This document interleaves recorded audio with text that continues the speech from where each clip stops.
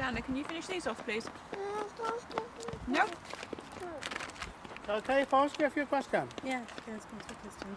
That is fantastic. I'm still kind of in shock that you came and taught Swedish to me. So, you've been here how long? I've been here Do since... you want to speak English or? English is easier. Yeah. I've been here since January this year.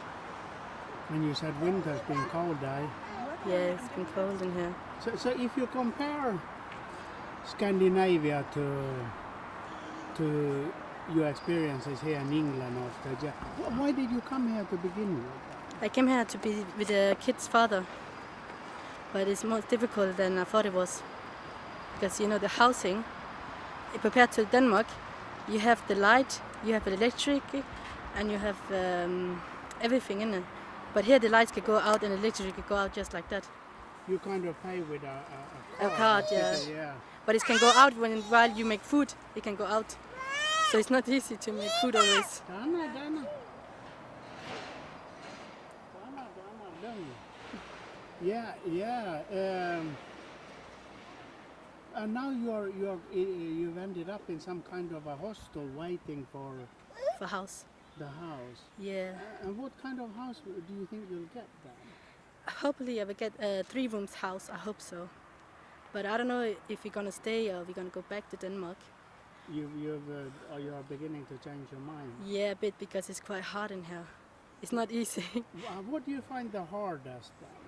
It's like the job center is hard in here compared to Denmark. To Denmark, they give you money straight away, they give you a house straight away. But in here, it takes too long. I've been at the hostel for soon 2 months. And they didn't give me any answer yet if they give the house or not. So you spend a lot of time trying to figure out what to do during the day, basically. Yeah, we're doing the same. I have a routine. Which one is that? Is that we get up, get the breakfast, I'm gonna hoover the room, and then after that we're going out for a park here for 2 or 3 hours a day. No, but that's good then. So they can get some fresh air. Exactly, and that they can move a bit, the kids. Yeah, so it's not just getting the room and get bored in there. How do you find the English people then if you compare it to Denmark? Even though you are obviously Danish, so you are used to it, but what's the good and bad things, the differences that you see between?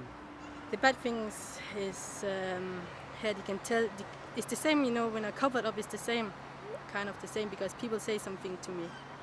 You know, like how can you look out of the eyes? You can see my eyes, can you? Yeah. Sure. And then they say, but some people it's nice and come over to me and ask, why do you have covered your face? Here in England or in Denmark? Here. In Denmark as well? In Denmark as well. So I think it's the same, kind of the same people. It depends who you meet in it. Some people is nice and some people can be rough to you. It doesn't matter if you're covered or not. No, that is so true. But these people that you meet here then... I'm in the hostel, I can tell you these very nice people in there. You can make friends in the hostel. Are they white English or who? They're English, yeah, English. They're nice to you and they ask if I need something, they say just tell me and I give to you. I've talked to a lot of Muslims in Birmingham during 5 days, and even though they say, you know, things are getting harder being Muslim, they still think that England is the best country in the world to be a Muslim. Yeah, if you have to learn of Islam, England is the best. But what about is Denmark and Scandinavia not good for that then? Yeah, they are good, but it's like they're more serious about it over here than in Denmark. Because in Denmark we're not, you know, we can read a book and stuff like that, but we're not sitting together like in England. They sit together and learn more about Islam. In Denmark it's like if you're a Muslim, it's like more you're up to yourself to learn. Because you're busy with the work, you're busy with the school, but here they can help you if you need help. How would you say that Scandinavians or Danes are as regards to Islam and Muslim? Is it getting better or worse? The understanding, the tolerance, how does it work? Which one? Well, are people You know, I've been in, as I said, I did a film about Yemen, who's got such a bad reputation for everything, Al Qaeda, I don't know what. And of course, this is not true. You know, it does exist like this. But I find I'm struggling at home in Sweden trying to, well, I guess you should say defend the Islam, because people just don't, they don't know. They know so little about it. Yeah, I know if people don't know too much of Islam, it's that they're getting more, they go against you. They tell you stuff, bad words, bad stuff to you and look up and down at you like you're not a human. And I think it's because they don't know about Islam, they don't ask people. If they stop up and ask people, they will know the people more and they will know about more Islam. Is that the same here in England, would you say that a lot of the Muslims I meet, they prefer England because it's more Muslims and it's more of a, say, a Somali society than in Sweden? There is. Do you? But you still want to go back to Scandinavia?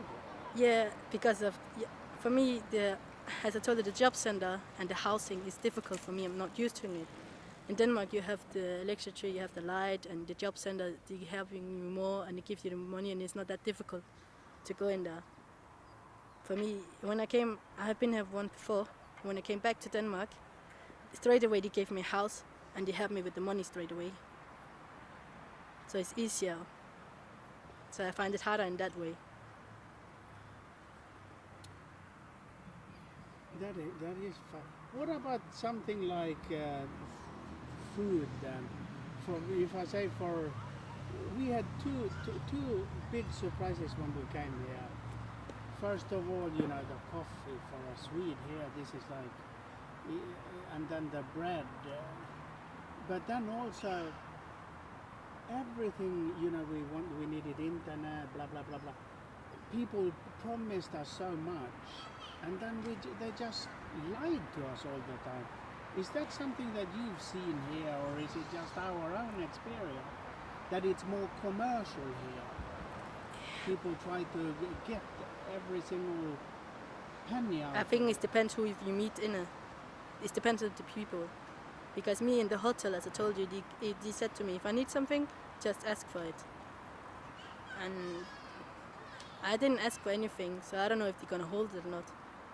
But I'm having them if they need some help. I think you found a very good place. I'm happy for that. Yeah, I find a very good place because in the hostel you have a little garden you can get out in, because some hostel they don't have anything, so you have to stay in the room all day long.